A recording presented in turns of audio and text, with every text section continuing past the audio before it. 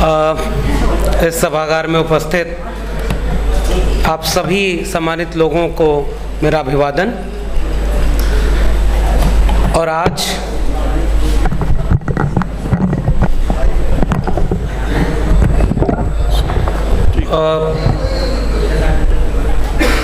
We the people पैगाम और OBC front of India के संयुक्त तत्वावधान में आयोजित इस बातचीत में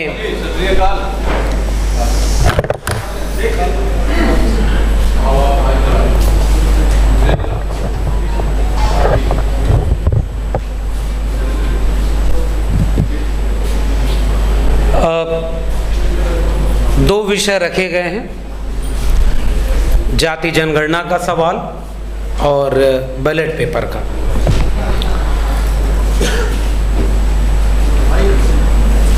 और अभी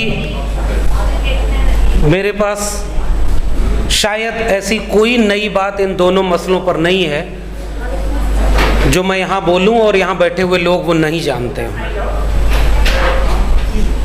इसलिए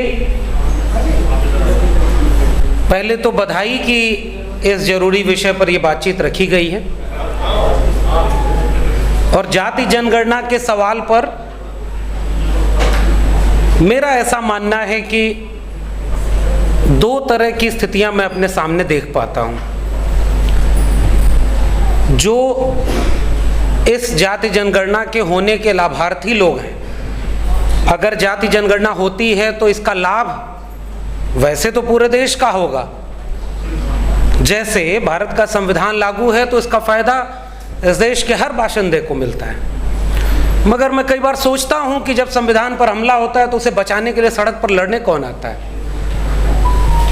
वो लोग सबसे अगली कतार में नजर आते हैं जिनके लिए संविधान ने ही मनुष्य होने के अधिकार दिए। जो संविधान नहीं था तो उनके पास नहीं थे। इसी तरह से जाति जनगणना अगर होती है तो फायदा सबका है, क्योंकि असल में जाति जनगणना एक न्यायपरक समतामूलक समाज जो हमारे नारों में होता है वो असल में कैसे बने, उसका एक व्यावहारिक जमीन तैयार करेगा। और इस पूरी बहस में मैं दो पक्ष जो देख पाता हूं वही बस आपके बीच में रख रहा हूं। पहली बात ये कि जो जागरूक लोग हैं, जागरूक संगठन हैं, और इन संगठनों के द्वारा देश के बड़े बड़े मेट्रोपॉलिटन सिटीज में सेमिनार, बहस, बातचीत, लेख आयोजित होते हैं, उस तबके ने कम से कम यह बात समझ ली है कि जाति जनगणना होनी चाहिए। और उस पर ढेर सारी बातें लिखी गई हैं। प्रोफेसर दिलीप मंडल ने एक व्यवस्थित पुस्तिका भी प्रकाशित की थी जो 2010 में जब जाति जनगणना के लिए संसद में सर्वसम्मत से पारित हुआ, उस समय की बहसों को, मीडिया में छपे लेखों को प्रकाशित किया था। और विडंबना देखिए कि 2022 में खड़े होकर के हमारे पास व्यवस्थित दस्तावेज नहीं है कि जाति जनगणना क्यों होनी चाहिए। इस पर कोई एक किताब आपको नहीं मिलेगी, इसके अलावा कोई किताब नहीं मिलेगी। सेमिनार कम से कम 500 तो हो चुके होंगे, जिसमें 50-60 में हमने शिरकत किए होंगे। यानी हम लोग, और मैं अपने को शामिल करके ये बात कह रहा हूँ, ये शिकायत सबसे पहले खुद से है कि हमने उसे आसान दस्तावेज के रूप में तैयार नहीं किया कि हम लोगों के बीच में ले जाकर दिखाएं कि भाई जाति जनगणना होगी तो ये लाभ मिलेगा। और ये जितने बौद्धिक लोग हैं, और ऐसे आयोजनों की शिकायत भी मैं कर रहा हूं कि कन्विंस्ड को कन्विंस करके, जैसे लगता है कि हम लोग कुछ दिन बाद रिचार्ज खत्म हो गया है, फिर ऐसे आयोजन में आते हैं, जोशीला भाषण होता है और फिर रिचार्ज होकर के चले जाते हैं। हालांकि वी द पीपल के कई कार्यक्रम बहुत शानदार और बहुत बहस के लिहाज से नए और दिलचस्प रहे, इसलिए मैं ये सुझाव इस मंच पर रख सकता हूं। मैं भी कोशिश कर रहा हूं, क्या एक आसान भाषा का वह दस्तावेज तैयार हो सकता है 20 पेज, 40 पेज, 100 पेज का, जो ये समझाए कि जाति जनगणना इसलिए होनी चाहिए। जाति जनगणना होगी तो कैसे पता चलेगा कि जिस देश में पेड़ पौधे और पशुओं की गिनती होती है उस देश में मनुष्यों की गिनती के साथ यह गिनती नहीं होती है कि किस जाति के कितने लोग हैं। वह पुस्तिका या वह लेख ये समझाए कि जाति जनगणना का अर्थ केवल हर जाति के लोगों को गिनना मात्र नहीं है। जाति जनगणना यह आपके सामने क्लियर करेगी कि एक राष्ट्र के रूप में 75 साल बाद आजादी के किस जाति के कितने लोग शिक्षित हुए, कितने नहीं हो पाए, किनके पास जमीनें हैं, किनके पास नहीं है। ये सबसे महत्वपूर्ण दस्तावेज। और मैं कई बार मैंने बड़े बड़े चैनल पर बहस में देखी है, बड़े बड़े प्रवक्ता आके कहते हैं जाति गिनेंगे तो जातिवाद बढ़ जाएगा। उस पुस्तिका का एक, जैसे मैं बस एक बातचीत की शक्ल में ये बात कह रहा हूं, कई बार हम लोग जब हायर एजुकेशन में किसी से रिसर्च करने के लिए प्रपोजल मांगते हैं तो उससे कहते हैं रिसर्च क्वेश्चन तैयार करो। आप कोई शोध करने जा रहे हो तो क्या क्या सवाल पूछे जाएंगे। आपके पास इतना बड़ा मंच है, उसकी एक जिम्मेदारी मुझे भी दीजिए, मैं भी लेने को तैयार हूं। और उन सारे लोगों को भी छोटी छोटी जिम्मेदारियां बांटिए कि एक आप दस्तावेज तैयार करो, उस दस्तावेज में कुल जो 50 प्रश्न हो सकते हैं जाति जनगणना से संबंधित, उन 50 प्रश्नों के जवाब हों। केवल इतना काम करना है। जाति जनगणना नहीं हो रही है तो ये नुकसान हो रहा है। ये जो आखिरी लाइन लिखा है, कौन किसका हक मार रहा है, क्यों जाति जनगणना वो नहीं होने दे रहा है। जितने आंकड़े हमारे पास हैं, अनिल चमड़िया जी यहीं दिख रहे थे, होंगे अभी इसी सभागार में, अभी उनसे बात हो रही थी। 2006 में मीडिया में जाति को लेकर के योगेंद्र यादव, अनिल चमड़िया जी और जितेंद्र कुमार जी ने एक सर्वे किया। पता चला कि न्यूज रूम तो केवल अपर कास्ट के लोगों से भरा हुआ है। जब आपके लोग वहां नहीं है तो आपकी खबरें नहीं होंगी। वैसे ही दोबारा वह काम अभी तक नहीं हो पाया, 15 साल हो गए, दोबारा हमारे पास डेटा नहीं है। ऐसे ही जाति जनगणना पर मैं फिर से कह रहा हूं, प्रोफेसर दिलीप मंडल की एक पुस्तक है, वैसे आपको ढेर सारे लेख भी मिलेंगे, छोटी छोटी पुस्तकें में मिलेंगे, हमने भी कई लेख उस पर लिखे हैं। लेकिन क्या हम एक ऑर्गेनाइज्ड फॉर्मेट में एक ऐसा दस्तावेज तैयार करा सकते हैं जिसमें यह पता चले कि जाति जनगणना ये इसका अर्थ है, नहीं कराई जा रही है तो इस वजह से नहीं कराई जा रही है, कराई जाएगी तो उसके ये लाभ मिलेंगे, आसान भाषा में।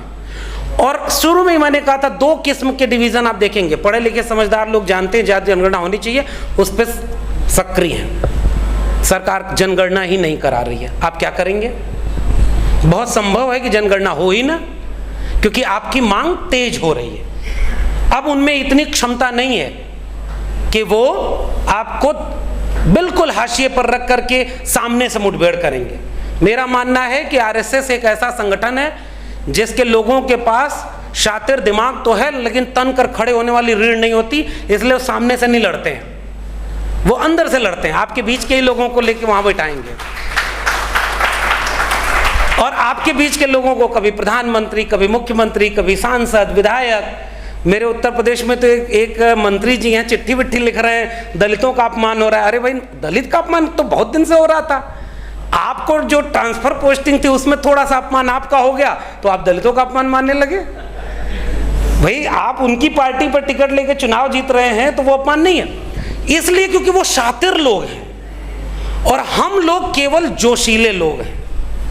हमारा समाज, मुझे ऐसा लगता है कि 2 भागों में बटा हुआ है। एक भाग ऐसा जिसको पता ही नहीं कि जाति जनगणना क्या होती है और हम कहते हैं हम 85% हैं और उसमें हम शामिल हैं, हमारी गलती शामिल है। ऐसी एक पुस्तिका मैं वी द पीपल, और ये क्योंकि बड़ा मंच है, मैं इस मंच को तकरीबन 3-4 साल से तो देख रहा हूँ, बहुत शानदार लोग इसमें बहुत अच्छा काम कर रहे हैं। एक सुझाव के रूप में है कि इस आयोजन के बाद क्या 100 पन्ने की आसान भाषा में एक बुकलेट विद सारे आंकड़े हो, सब कुछ हो, जाति जनगणना पर जारी हो। केवल ये बात एक मुझे कहनी है, ताकि इस सेमिनार के बाद हम लोग अपनी अपनी जिम्मेदारी का काम निभाएं और उस पुस्तिका को इतना सस्ता रखा जाए कि गांव वाले अपने से छपवा करके बांटें। और सुझाव भी है, लाइटर नोट पे मैं कह भी दूं, उस पे ऊपर लिखवा दीजिएगा, इस पर्चे को जो छपवा कर 100 लोगों में बांटेगा 24 घंटे में उसे अच्छी सूचना मिलेगी, और इस पर्चे को जो फाड़ के फेंक दिया फलाने ने फाड़ के फेंक दिया, उसके अगले दिन ही उसके घर में आफत टूट गई। हमारे लोग जिस भाषा में समझते हैं उस भाषा में समझाने की जरूरत है। हम लोग जो जागरूक समझदार लोग हो गए हैं, दो ही काम करते हैं, या तो उनको ताना मारते हैं, अरे तुम बेकार हो, तुम धर्म में फंसे हो, वो फंसा रहेगा, क्योंकि उसके बाद विकल्प क्या है? विकल्प कौन है? एक बहुजन विचार, तथागत बुद्ध से लेकर के भारत के संविधान तक सैकड़ों लोग हैं, हम उनके पास तक ले ही नहीं गए। वो पढ़े लिखे थोड़े ही हैं कि वो पढ़ करके जान जाएंगे कि तथागत बुद्ध कौन है। हम फेल हुए, इसलिए अभी अचानक उनको चिढ़ाइए मत वहां, क्योंकि दूसरी तरफ एक व्यक्ति बैठा है जो उसको हिंदू बनाने के लिए तैयार है।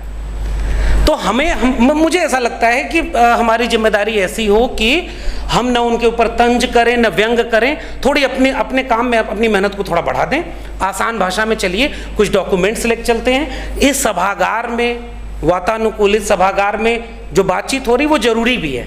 अभी हमारे प्रोफेसर हैं रमाशंकर कुशवाहा जी, अभी हम लोग बाहर यही बैठ के बात कर रहे थे, और मैंने अपनी एक किताब लिखी है, बाद में कभी पब्लिश करूंगा, उसमें भी लिखा है कि जब हम इलाहाबाद विश्वविद्यालय पढ़ने गए और इतनी ऊंची इमारत देखे तो हम अंदर जाने में डर लगता था। उससे आत्मविश्वास अर्जित करते करते यहां तक पहुंचे कि अब किसी बात से डर नहीं लगता। लेकिन ये बहुत थोड़े से लोग हैं। एक सुझाव मेरा ये था जाति जनगणना पर, और क्योंकि वो किताब जो दिलीप मंडल की है वो किताब पब्लिश ही नहीं है, अब तो आपको मिलेगी भी नहीं। हमने दिल्ली विश्वविद्यालय में एक ज़माने में उसकी फोटोकॉपी करा के बांटा और उस पर सेमिनार कराया। आप खोज के देखिए, आपके पास कोई किताब नहीं है, लेख नहीं है ढंग के, भाषण खूब है। दूसरा, बैलेट पेपर का सवाल और ज़्यादा टेक्निकल है। मैं ईवीएम को लेकर के एक लाइन की बात केवल यही कहता हूं, मशीन है, 100% गुंजाइश है कि उसको हैक किया जा सके। मशीन है, 100% भरोसा कभी नहीं किया जा सकता, क्योंकि जिन लोगों ने ये मशीन बनाई वही अपने यहां इसका इस्तेमाल नहीं करते। एकदम आसान भाषा में इतनी बात है। इसको लेकर के नुकसान ये हो रहा है, मेरा ऑब्जर्वेशन ये है, हमारे लोग जिस दिन चुनाव हारते हैं उस दिन कहते हैं ईवीएम बैन होना चाहिए। उससे बहस नहीं बन पाएगी, वो खिसियानी बिल्ली खंबा नोची टाइप का होता है। हाँ, वी द पीपल जैसे संगठन है, बौद्धिक लोग हैं जो लगातार अनवरत ये काम करते हैं। हम लोग कोई भी ट्विटर पे एक चीज लिखे, नीचे 2 पोस्टर जरूर आता है, ईवीएम बैन करो वरना संविधान नहीं बचेगा। जनता को नहीं पता है ईवीएम बैन होना चाहिए कि नहीं होना चाहिए, हमें नहीं पता है कि हम उनको किस भाषा में समझाएं। मुझे केवल ये 2 बातें कहनी थी, और मैं सुनना चाहूँगा बाकी सभी लोगों से, और पैगाम के आयोजकों का, वी द पीपल का। ओबीसी हूँ, ओबीसी को पूरे देश में जाने पर एक ही बात सुनने में आती है, साहब ओबीसी जिस दिन जाग जाएगा उस दिन देखिए देश बदल जाएगा। मैं हर जगह यही सुनता हूँ। फिर मैं पूछता हूँ कि क्या सारे दलित जाग गए? अगर जाग गए तो ये पिछले वाले राष्ट्रपति कौन थे? ये जो 12 सांसद कैबिनेट मंत्री बना दिए गए वो लोग कौन है? सत्ता। इसलिए मैं एक चीज ये कहता हूं कि ओबीसी तादाद में ज्यादा है, ओबीसी का दमन शोषण उस तरह नहीं हुआ जिस तरह दलित का हुआ, आदिवासी का हुआ। ओबीसी की चिंता अलग है, लेकिन अब ओबीसी में नई पीढ़ी के अनगिनत लोग ऐसे तैयार हैं जो मानते हैं कि बुद्ध से लेकर अंबेडकर और मंडल से लेकर कांशीराम, वो सब उनको हक दिलाने की लड़ाई में शामिल रहे हैं। तो जो बदलाव आ रहा है उसकी तरफ देखिए, उन लोगों को मजबूत करिए जो आपके न्याय की आवाज को ले जा रहे हैं। तो आज के दौर में कोई समुदाय ये नहीं कह सकता कि कोई भटका हुआ नहीं है। इसलिए आखिरी निवेदन केवल इतना है कि हमें थोड़ा सा विनम्र होकर अपनी भाषा में, अपने संगठनात्मक, अब आप लोग कहते हैं कि जागो बहुजनों, एक हो जाओ, 85% हो। कब है 85%? जब दुश्मन सामने खड़ा होता है। जब दुश्मन नहीं होता है तो वो आपस में एक दूसरे के दुश्मन होते हैं। और आप कहते हैं कि वो एक हो जाएंगे, एक संगठन बनाओ, नहीं बनेगा। न्यूनतम सहमति पर, एजेंडे पर एक हो जाओ, ये हो सकता है। एक एजेंडे पर सबकी एका बन सकती है, क्योंकि सबके हितों की टकराहट है ना, सबका कल्चर अलग है ना, सबका बौद्धिक स्तर अलग है ना। इसलिए उधर ऊर्जा लगाई जाए जिसका कुछ अगली बार जब पैगाम और वी द पीपल कार्यक्रम करे तो मुझे लगता है कि उसका सकारात्मक असर दिखे। हम सब अपनी जिम्मेदारियों को निभाएं, वरना वो वही बात हो जाएगी कि 24 के बाद चुनाव नहीं होगा, 25 में तो हिंदू राष्ट्र घोषित हो जाएगा। हम यही कहते रहेंगे और उधर सब कुछ होता रहेगा, अंत में कुछ हासिल नहीं होगा। इसलिए मुझे लगता है कि थोड़ा कुछ नए ढंग से अगर हम कर पाएं, इस सेमिनार को, इस बातचीत को गांव तक ले चलने की जरूरत है। मुझे ये ऐसा लगता है गांव में इसकी बहुत ज़रूरत है। हम लोग अगर गांव के लोगों को समझा पाए तो बल्ली सिंह चीमा की एक कविता के साथ अपनी बात खत्म कर रहा हूँ। उन्होंने बहुत प्यारी कविता लिखी थी और हमारी लड़ाई वहीं से कमज़ोर है। जिस दिन गांव के लोग चल देंगे उस दिन हमें फिर समझाना नहीं पड़ेगा, न एकजुट करना पड़ेगा। 2 अप्रैल का भारत बंद, 5 मार्च का रोस्टर पर भारत बंद, ये दोनों उसके उदाहरण हैं। कोई नेता नहीं था, कोई संगठन नहीं था, समाज सड़क पर था और दोनों बार उसने 56 इंच की छाती को झुका दिया था।